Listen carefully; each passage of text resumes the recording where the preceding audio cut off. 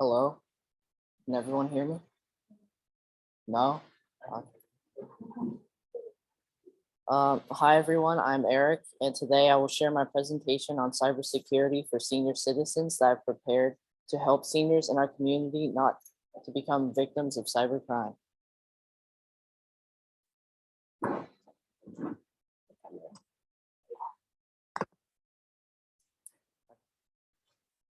First, a brief intro about myself. Currently, I'm a freshman at a public school in Naples, Florida. I'm curious about many aspects of technology, including cybersecurity. I'm quite active in the Southwest Florida tech community.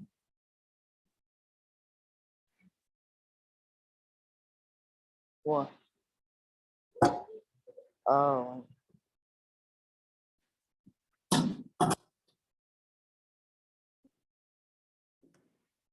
The microphone was pushing on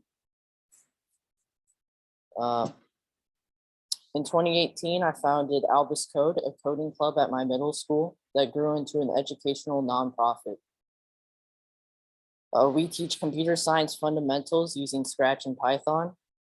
These programs are offered to local students for free. To date, nearly 800 students in Southwest Florida participated in Albus Code, educational and mentoring programs. I'm also a contributor to open source, namely the Python community, as this is the programming language that I'm most familiar with. When I'm not in front of my laptop, I like to play tennis, golf, and volleyball.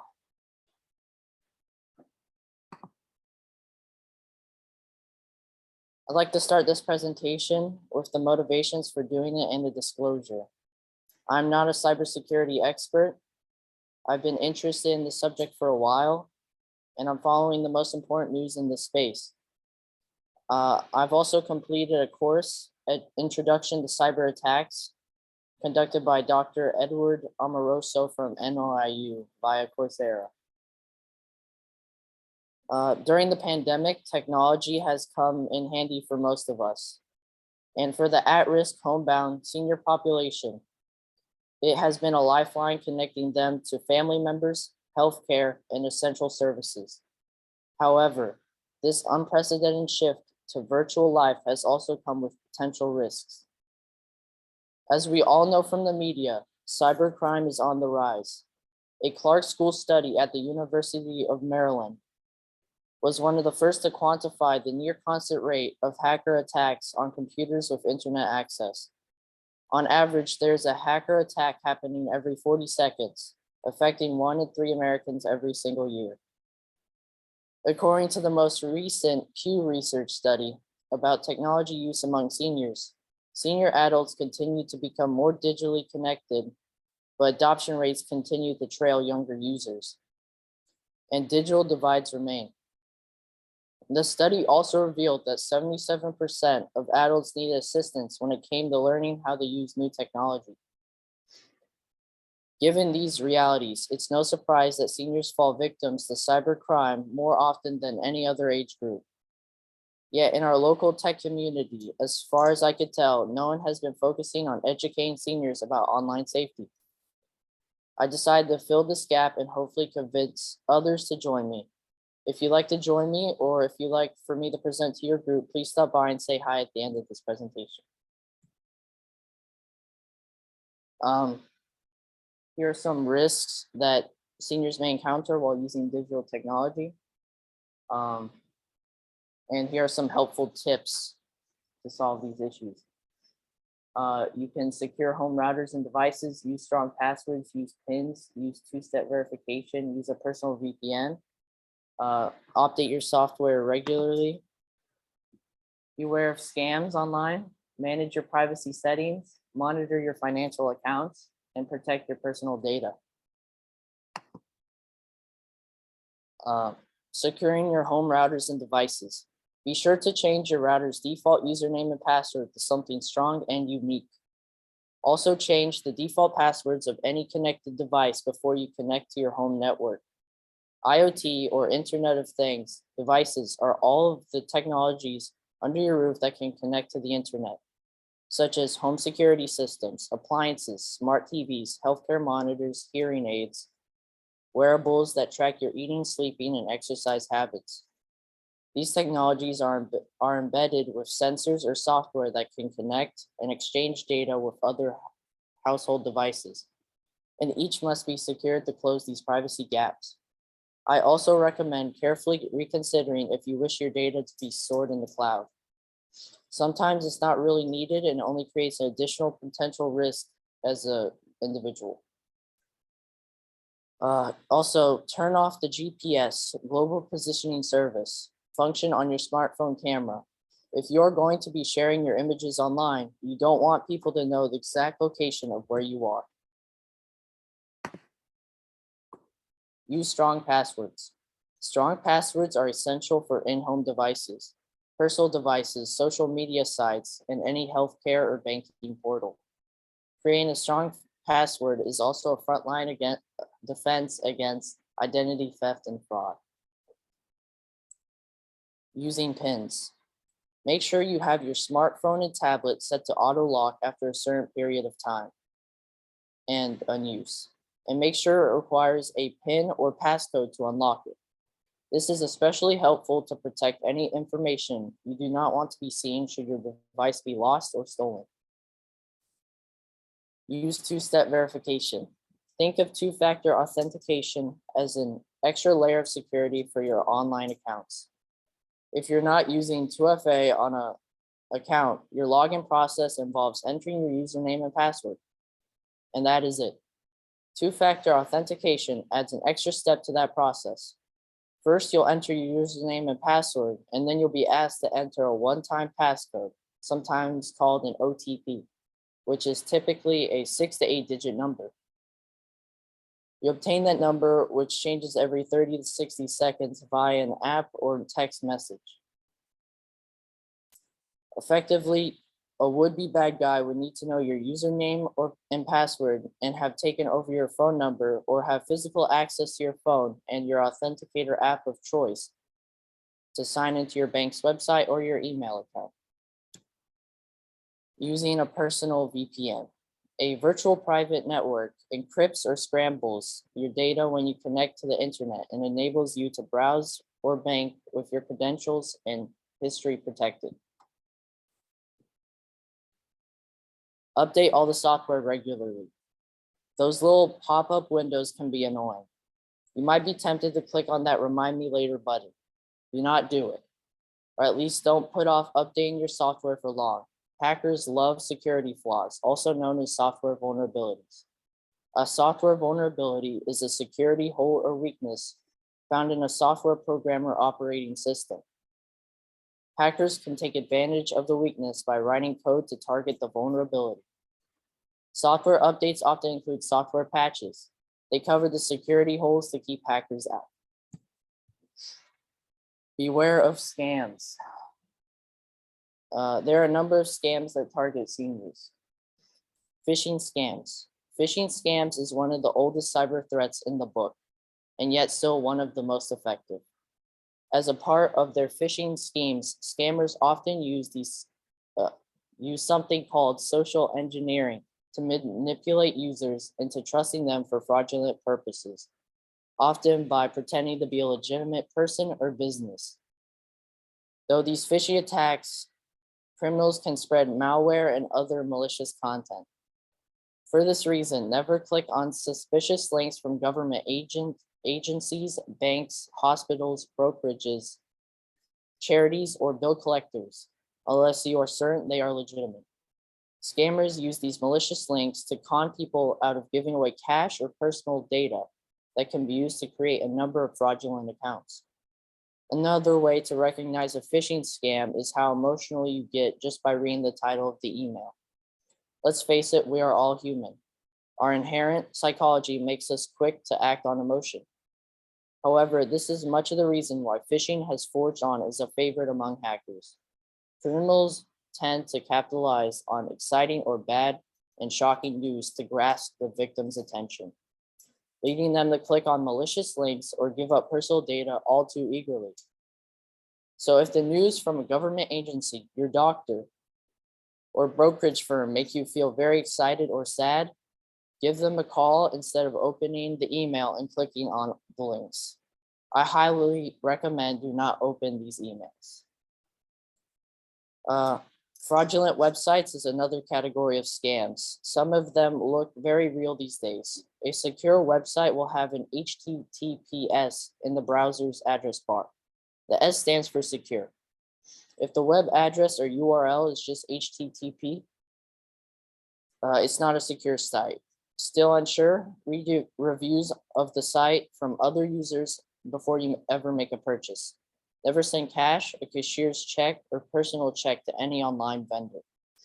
If purchasing, always use a credit card in case there's a dispute. Beware of dating scams. People aren't always who they appear to be online. And while dating scams can happen to any age group, they can be especially harmful to a vulnerable senior who may be lonely and living on a limited income. Dating scam red flags. Avoid people who profess their love too quickly, share personal struggles too soon, and never meet face to face. Manage your privacy settings. At most, only friends you know in real life should be able to see your details of your profile. Turn off GPS, global positioning service, function on your smartphone camera. If you're going to be sharing your images online, you don't want people to know the exact location of where you are. Monitor your financial accounts. Nowadays, it's essential to review all financial statements for fraudulent activity. If suspicious activity is found, report it to your bank or credit card account immediately. It's also a good idea to put credit alert on your accounts to detect potential fraud. Never share personal data. Be wary of emails or websites that require you to give personal information, such as your social security number, phone number, account, or family information. This includes those fun social media quizzes, which are also ways that cybercriminals can find out your personal details, such as a pet's name, year you were born, and your hometown. All these pieces of personal data can be used to commit identity theft. Remember that the internet is forever. Even if you have the highest privacy settings, it's a good practice to consider anything you do on the internet as public knowledge. So be careful what you share via your digital services. This is the end of my presentation. I'd like to thank Zarella Graves for her encouragement, support, and preparation for this presentation. It's an honor for me to present to all of you today. I'd also like to thank my parents for motivating me to be the best version of myself. To close, this unique time has issued unique challenges for every age group. However, if you know a senior, keep their potential technology needs in mind. Check in from time to time and offer your help. And if you'd like for me to present to your group, please stop by and say hi at the end of this event. Thank you.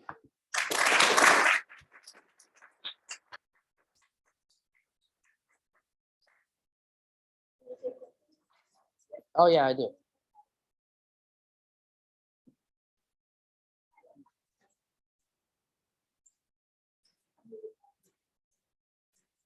Thank you. Thank you. All right. Yeah. You're going to recommend VPN or a password service? Do you have a recommendation for a VPN that you would say is good, or a password app that you would recommend? I personally use ExpressVPN, and it fits my needs. For passwords, there's password generators that create random numbers and letters, and they're very secure, but you need to write them down so you don't forget it. Yeah.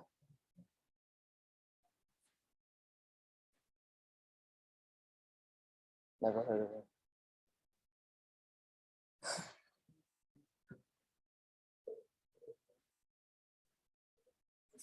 All right, thank you all. You want me to stop sharing? No, actually, leave it sharing. Let me just put the other presentation. Isn't it the same one, but we like switch? Yeah. Oh, yeah. Wait. No. So you can browse. Yes, I need to go to the next presentation. Okay. Perfect. Yeah, this is the one.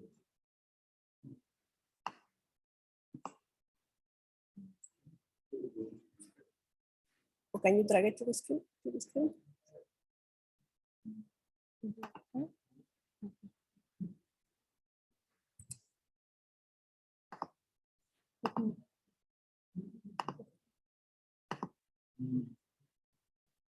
Perfect. Time for a second speaker, Professor. Sure, the Zoom season. Oh,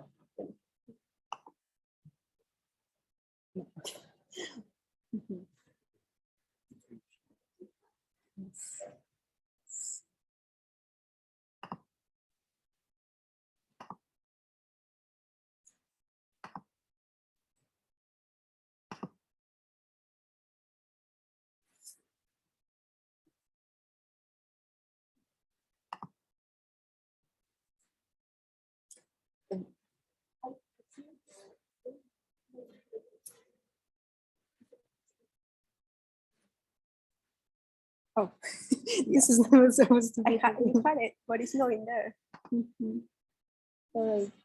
Now everybody gets to know what we're working on. No problem. I apologize. It's okay. Just maybe I'll just Yeah, just kill it. like this. Like this. And so Okay, perfect. Oh wait, we don't see it here. Can you see Zoom? this is where I have. So Let's go Zoom first. And let's do share screen. And let's do share screen and let's do desktop. Yeah, that one. And now, perfect. Yeah. Oh wait, but I don't see it here anymore. What about if I start playing with it? Okay. Oh, but I'm seeing the notes here. Okay. Let's Share this. Stop share. No, No. here. Okay, let's- it's switched. It's good now. Yeah, but not here. Look. Oh, so do stop share unless you share this screen. This one is. Wait, no. Where's the mouse? I know this is fun. Wait, hold on. Okay, there is. Okay, so we want to. Um.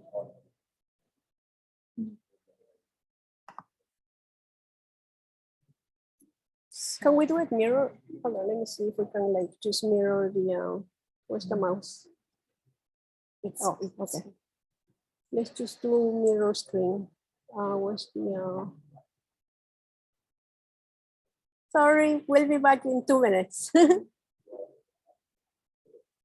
Where's the mirror thing? Is it this one?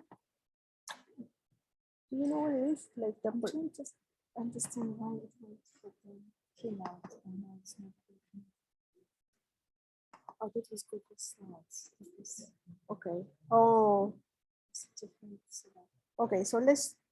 I think I know what we need to do. We need to post. We have the presentation in there, right? So let's do now. Share screen, and we're gonna share the second screen instead. We're gonna share desktop too. Yeah. Okay. Okay. Perfect. And now we want to go here and just present. Play, right? Yes. Ah, And now we need to switch. Yes. Like this. yes. Okay. Okay, we got it.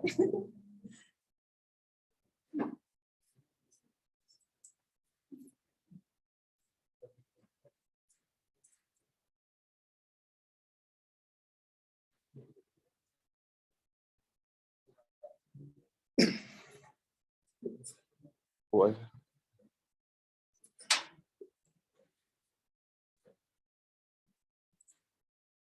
Good evening. Hello, I'm Professor Pira. I'm the chair of the computer science department at Florida Southwestern State College. I'm 31 years old, if you're wondering. So I started there about a year ago. I started as an adjunct part-time. I came on full-time in August. It's my second semester there. We'll talk more about me in a moment, but here's what I planned out for tonight's discussion. We have introductions, some recent events in terms of hacking and cybersecurity, knowing some of the tools, but Aerik has done a wonderful job introducing those. So I'll try to breeze through those to eliminate any redundancy that we have. Then from there, we'll move into modern threats, enforcing a zero trust policy. If you've never heard of that, I will explain that to you and we'll knock it out together. And then finally, I'll introduce our new cybersecurity program incoming to FSW this fall. And references. So if you have any questions, you want to talk, discuss this, consider this like an open discussion, not just a presentation at any point. I'm more than happy to answer your questions or give feedback. So a little bit about me. I came on as an adjunct last semester, second semester here full-time now at FSW. I started at FGCU. I graduated in 2015. I got my bachelor's in software engineering and my bachelor's in philosophy. Then I went and earned my master's in computer science. Right now I'm working on my doctoral in cybersecurity. During that time, some work experience before I started teaching. I worked at Naples Security Products for about a year and a half, doing network engineering work, security engineering work, product development, and I wrote the technical documentation for all the products. Prior to that, I interned with Hertz, Fortune 500 company, writing the iOS mobile application back in 2014, 2015. Great job, guys. Keep it up. So now, yeah, I'm a dedicated teacher. I'm working on my studies and professional research. If you want to know more information, see some of the projects or ask questions, you can visit my website there. I'm not trying to self-promote, but I've done some cool things. So in terms of cybersecurity, we're seeing, I believe you said every 30 seconds, 4 people are getting hacked or something along those lines. Just what, we're at Thursday now, Tuesday, I searched the news just to see the current hacking trends. And it's ridiculous, the number of targets and the size of the targets that are being infiltrated. And it's becoming a real national security threat. It already is, it has been. So just on Tuesday, those were the 4 main articles on the left. We've seen Ukrainian government, not so much new there. We know that they're under war and crimes right now against Russia, whatever your political view is. US Treasury and CISA warned of North Korean hackers. Again, now we're targeting blockchain companies from Coinbase, Voyager, you name it. Russian hacking group compromises US power companies. So this isn't exactly news either. We know Russia's been a threat, and at this point, they have successfully infiltrated power companies, water supply companies, maritime systems, you name it, they have access to it. It's public information now. And then also on Tuesday, GitHub, that hub has been breached as well and compromised. So be careful, make sure you put MFA on your GitHub if you're working with that. More interestingly enough, I looked at some of the major attacks from last year, and that's just the first 6 months. Right off the bat, we have, I believe, LinkedIn, Microsoft Exchange server, which a lot of us probably use for work. Terrifying. I think ICANN stands out. Facebook, and finally, Colonial Pipeline and Volkswagen are notably some of the bigger ones up there. I think the point of me putting this up there was to show we're being hacked and infiltrated at different levels at different companies, whether it be a Fortune 500 company, a utility company, a government entity. It's becoming a regular occurrence that we are really actively trying to stop, right? And this comes down to privacy. So there's more references right there in the bottom right if you want to look through those later. I think the PowerPoint will be made available to you. So in terms of security, how do we stay safe? You have to stay private, right? And this comes with knowledge, security, file sharing and backups, email encryption, privacy monitoring, and then eventually you kind of have to turn yourself into a hacker, right? You need to know how they think, what they're doing, what they're looking for, so you can stop that, so you can counter them, in my opinion. Not everyone may feel this way. So knowledge, what does this look like? How can you stay informed? It's an ever-changing landscape for attackers and methods. We go back 10 years, the main attack symptoms and types are not what they are now, right? We now see ransomware being the primary attack vector. If you don't know what ransomware is, you get malware stuck into your system. It affects your whole company and locks them out of their files, their data, client accounts, customer accounts, logistics, and they have to pay some kind of ransom fee to probably not get access back to it. It seems to be about a 50-50 where the perpetrator will actually redistribute your information back to the company if you pay them. So we want to avoid that at all costs. Our second point, you need to remain informed. Again, why it's an ever-changing landscape, but again, the attack targets and trends are changing. What does that mean? They might be incorporating new programming languages to infiltrate different types of data retrievals, right? And then finally, make sure you're following the best practices or company policies and procedures offered to you by your institution, or maybe if they're not secure enough, you need to just do that yourself. That's not a bad thing, right? Retaining your own privacy and security, very important, and being ahead of the game, so to speak. So we talked about this a little bit. Maybe we'll just highlight a couple of points. If you're using a MFA or working on the best practices for your password, you want to use a 16-character password with symbols, right? You don't want to make it readable. You don't want an actual word in there. You want it to be a random assortment of things that are not guessable.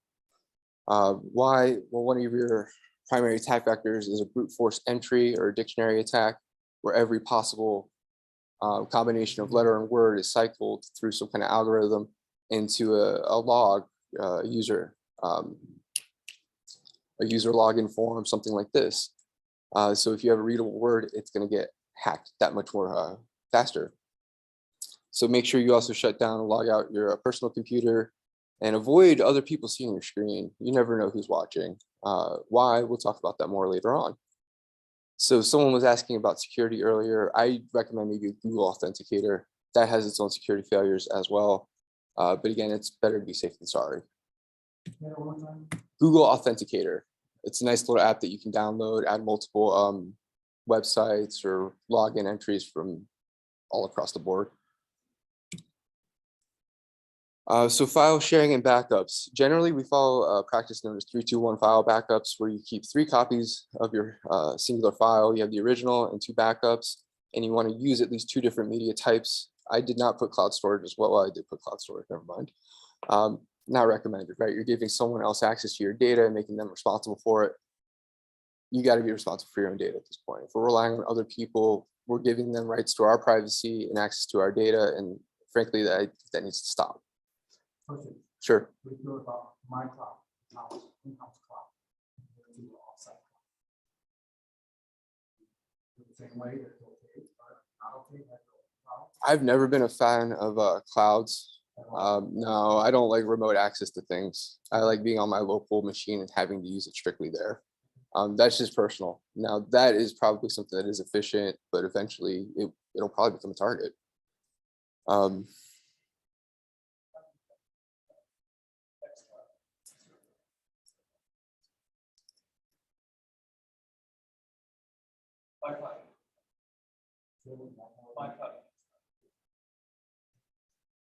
So in terms of like maybe linking or sending links out to these different file types to other people, make sure you're thinking about if this is the original. Do you want to give someone the original access to your work? Probably not. Send them the copy. There's nothing wrong with that. It takes 2 extra seconds, and it keeps you more secure, right? So email encryption. What is this? This is where you're sending your email, and in that transition, it's becoming data in motion.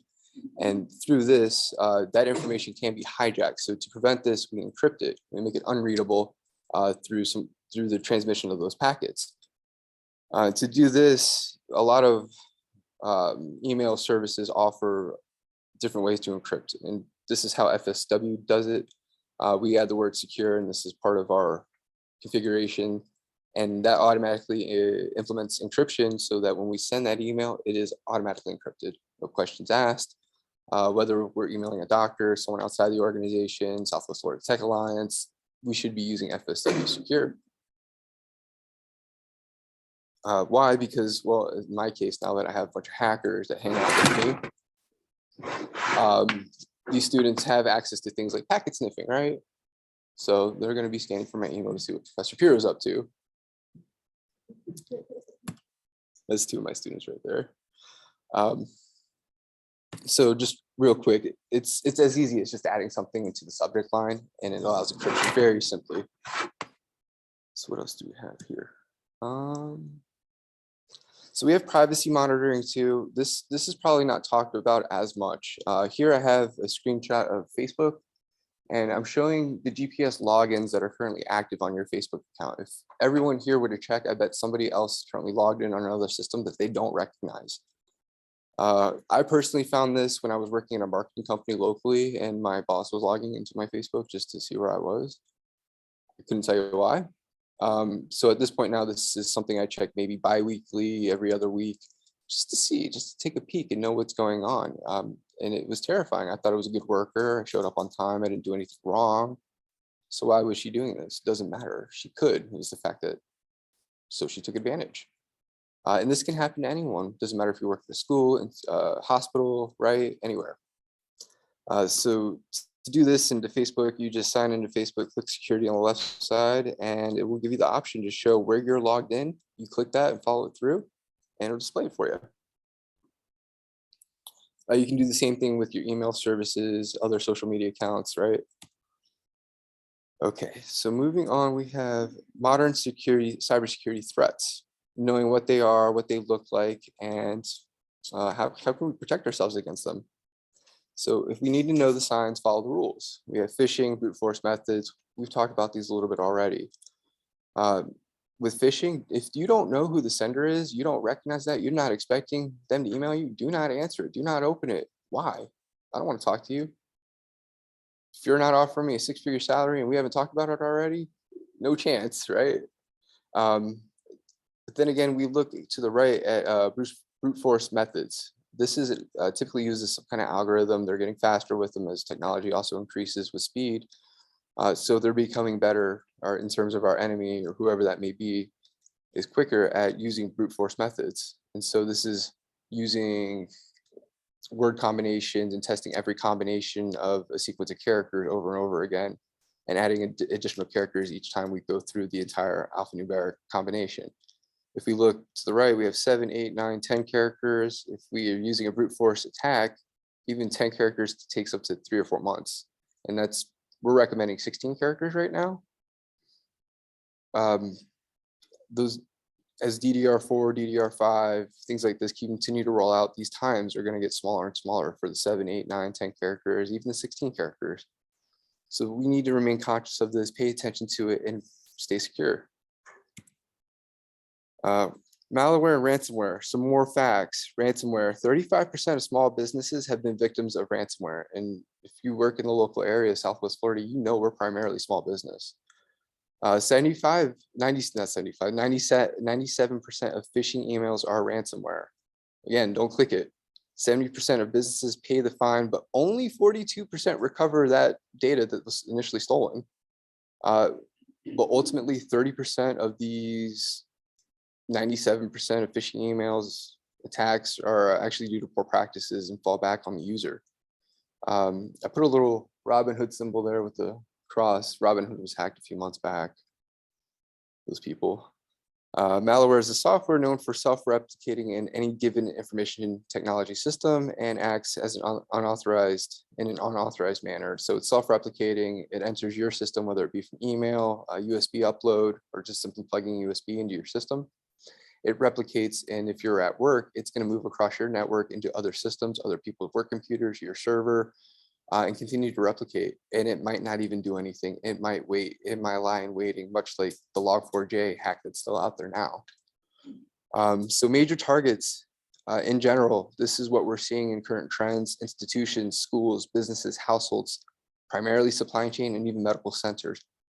What are hackers after? Everything. Anything that can be used against you. It's not just financial data anymore. It's not just credit cards. They can take things like your demographics, pinpoint where you're living, and how to infiltrate that.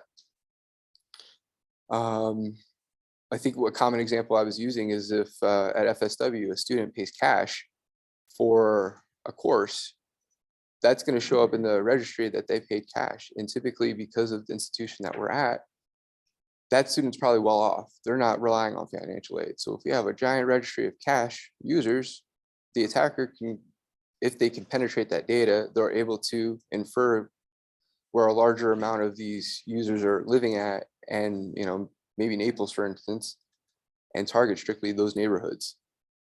So again, major security failure that we all need to be conscious of. It can happen at the most basic levels.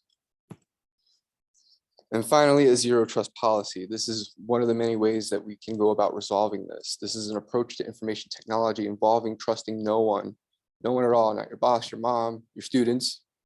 But who are the attackers? Is it China, Russia, North Korea, Iran? No, it's not. It is, but it's not. It's everyone and anyone. I've just came from a conference over in Fort Lauderdale, Hack the Port, and one of the gentlemen was talking to me, and he said, on a Navy vessel, what are the chances or the percentage of people on that ship that could be compromised with enough money to give over sensitive data to hack the ship? So if you think of all the employees on that ship, I think we settled somewhere between like 50 to 80% of people could be bought out and flip-flop sides. So that there's a problem there that's different from this, but again, this is why we need zero trust policy, restricting user access at virtually every level.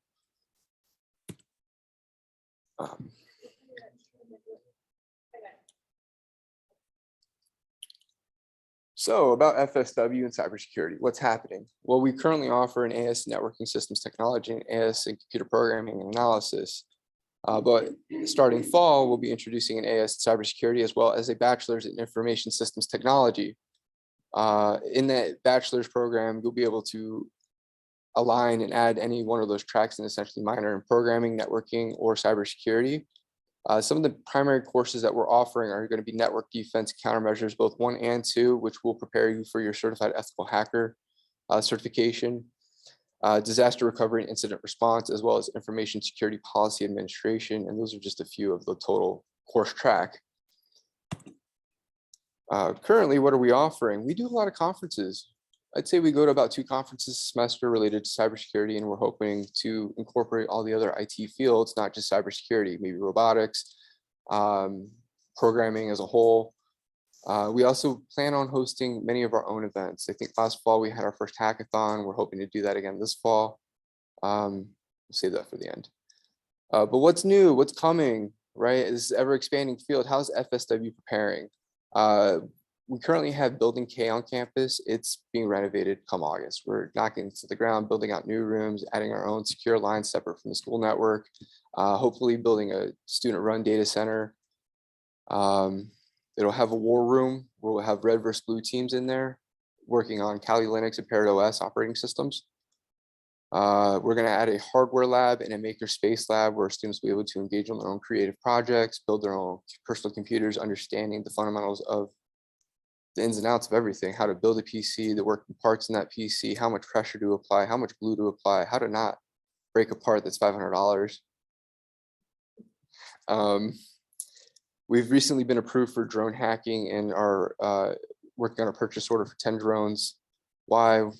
DoD and defense operations are really leaning towards this, and we're hoping to partner with many of those people. Okay. And then another program or offering we're hoping to add is community training. So we don't just want to educate our students, we want to educate everyone. This summer I'll be working towards getting CMMC certified amongst other certifications, and that's one of many certifications I hope that local individuals and professionals can come to the school, get maybe a 4 to 8 week training in, and go work somewhere else, go work at the power plant, go work at the water facility doing cybersecurity operations for them. Many of our offerings include clubs and workshops that really benefit the students, really give them hands-on experience, and have been counter to the COVID-19 restrictions that have been going on the last 2 years or so. I don't even know anymore. It feels like it's been a lifetime. We currently have a computer science club, a blockchain and cryptocurrency club, I'm the advisor of the Cyber Club and the Esports Club. I suppose they mostly play Valorant. Not important at the moment. And coming soon is a robotics club. One of the many things we have a full humanoid robot with human machine interface vision, full motors and servo motors and arms and legs, voice recognition commands. It's in the Discord. You should have saw it. We're also bringing in 2 robotic arms, one of which will also have a haptic glove to map and navigate that robotic arm to control in real time and do basic commands. What we do offer right now is a PC build computer workshop. So if you've never built a PC before, we'll order the parts, get a new PC in there, or use existing parts and start from scratch. We'll start with the case, work our way all around with the cooling systems, understand how much power supply is needed to actually fulfill the needs of the system. The Cyber Club has been doing software training tools through Kali Linux unofficially, Windows Server, and much more. So what else is going on? We currently offer CompTIA A+, CompTIA Network Plus, CompTIA Security Plus training courses, and then students are able to get their voucher, go take that test for free. So our courses do train them for those 3 primary CompTIA exams. What I'm working on now is a certified ethical hacking for the network defense and countermeasure courses that are coming in the fall. I'm not solutions architect certified yet. I should be, but I'm not, to be honest with you. I hope to get that done this summer and bring that to FSW for the students as well. I'm also looking at a Cisco certification for the CCNA and penetration testing as well. But I'm hoping Cape Coral Community College, Technical Community College, we can work something out and incorporate both these programs and really get a holistic approach in the Southwest Florida area to cover all these major certifications. What we have ordered now that should be here by the fall is a full Nest smart home lab from floodlight cameras, indoor cameras, outdoor cameras, battery cameras, smoke alarms, thermostats, whatever else is in that suite. And the idea there is to do penetration testing, to get into the system, to access the admin controls, get into the camera feed. I have other goals there as well, but we also have 5 new Oculus VR development, or not development. We have 5 Oculus Rift sets that came in last week. There's a lot there that I'd like to explore. I would like to explore possible student training through VR development, whether it be for a coursework or something else, maybe hands-on.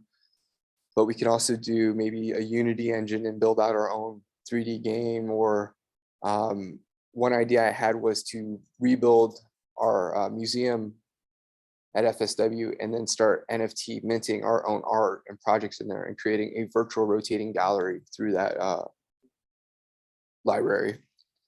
Again, the student data center I'd like to bring on board. Why? So they can host their own projects, create images of what they're currently working on, and whether it be a virtualized environment, and also to keep our own network safe.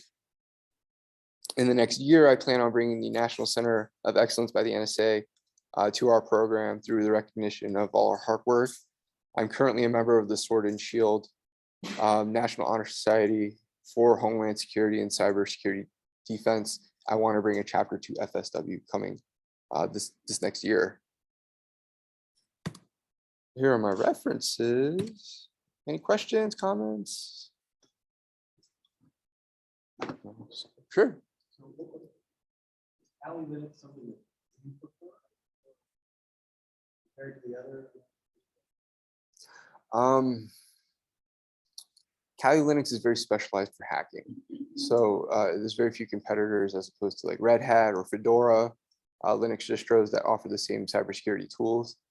So Kali Linux is kind of like an all-in-one. It's very useful for hacking, vulnerability assessments, web sniffing, penetration testing, virtually everything. There's a little bit more work that goes involved. That they give you the tools, but they don't exactly tell you how to use them. It's my preferred tool at the moment. You can get a lot. Not at all. Right. Exactly. It's pretty. It's got a little dragon on it.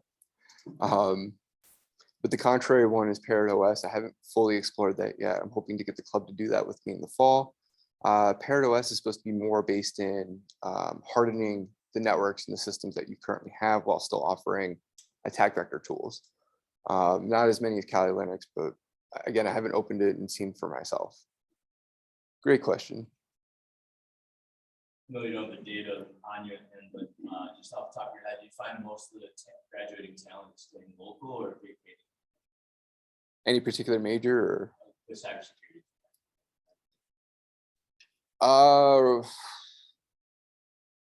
They're not staying local. There are national security threats and they're being scooped up by DoD, Homeland Security, CISA, to name a few. We went to hack the port. I think 2 of our students were speaking to many of the officials there. One of them was interviewed on spot with Cisco.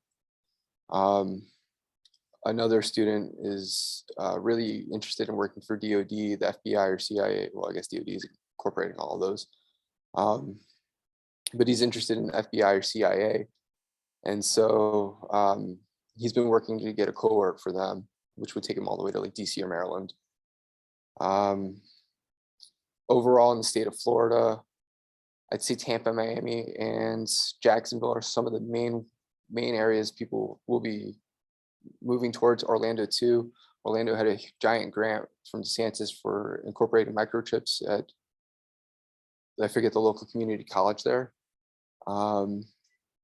So short story, last October, I went to a cybersecurity conference in Tampa. Many officials were there, Jane Castor, the mayor of Tampa. There's actually an executive board for cybersecurity in Florida now.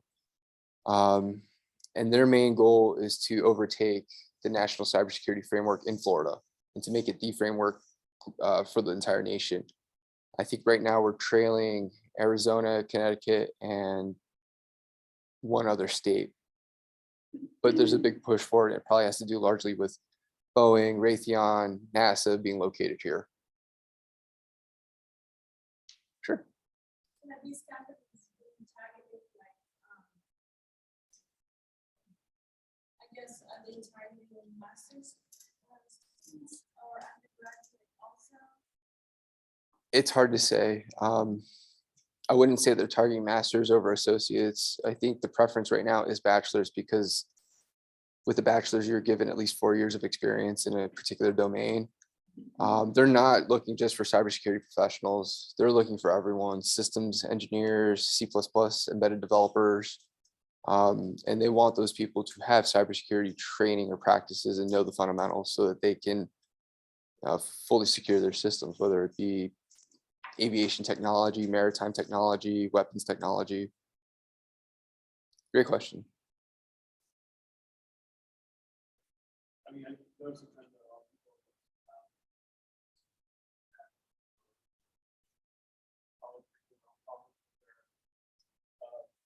moving stuff from on-premise to cloud.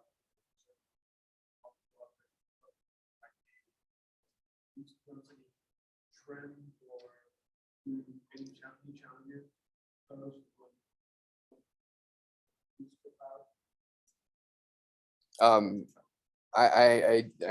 I very much oppose major companies going to the cloud. I think this is a big threat. Looking at the SolarWinds hack, it compromises Azure and Microsoft, right? And they're still trying to recover and figure out how to rebuild their infrastructure so that it can't happen again. And there's been several hacks. I think Log4j and there's one more hack. I just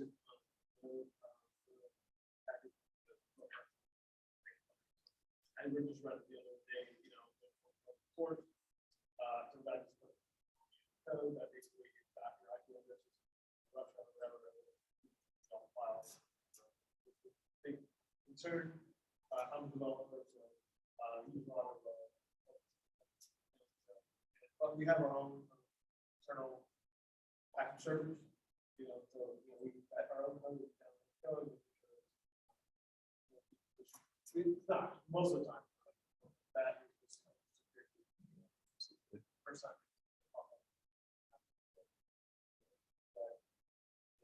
I you recommend kind of best practices.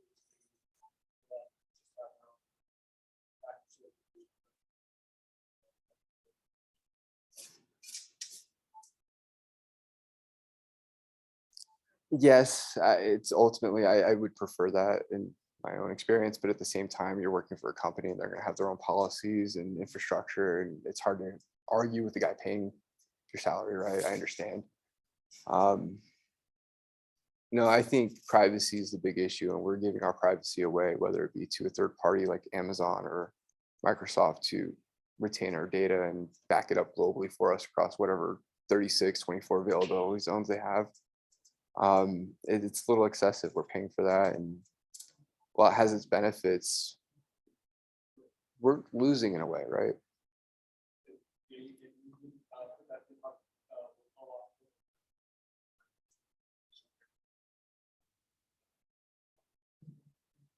It's a fun fact about GitHub.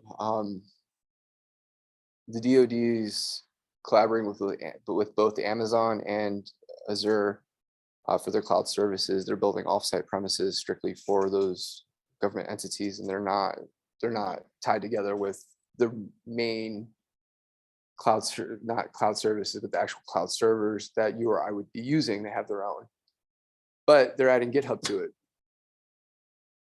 Open source, upload anything, right? And nobody stopped that yet. I think that's an issue. I think anybody could upload a script, whether they work for the company or not, and that could compromise the entire DoD, Azure, or AWS cloud.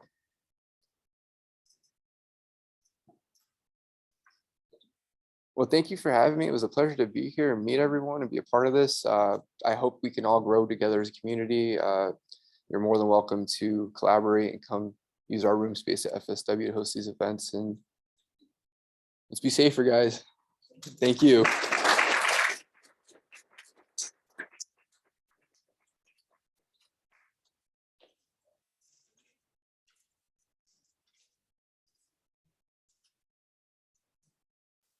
Thank you, everyone. Thank you, Aerik. We have a few minutes to stay here.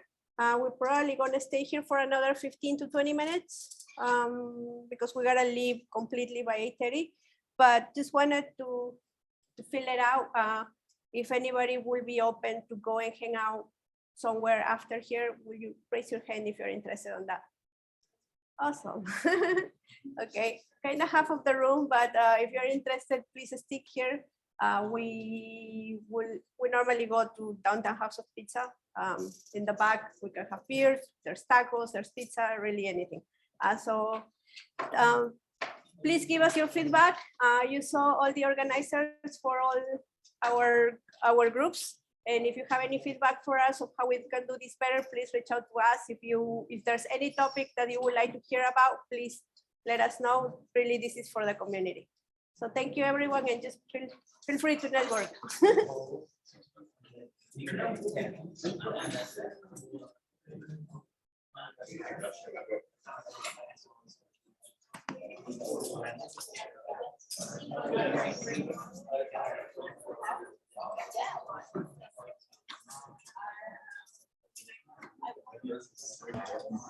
Thank you, Emily. I will let them know.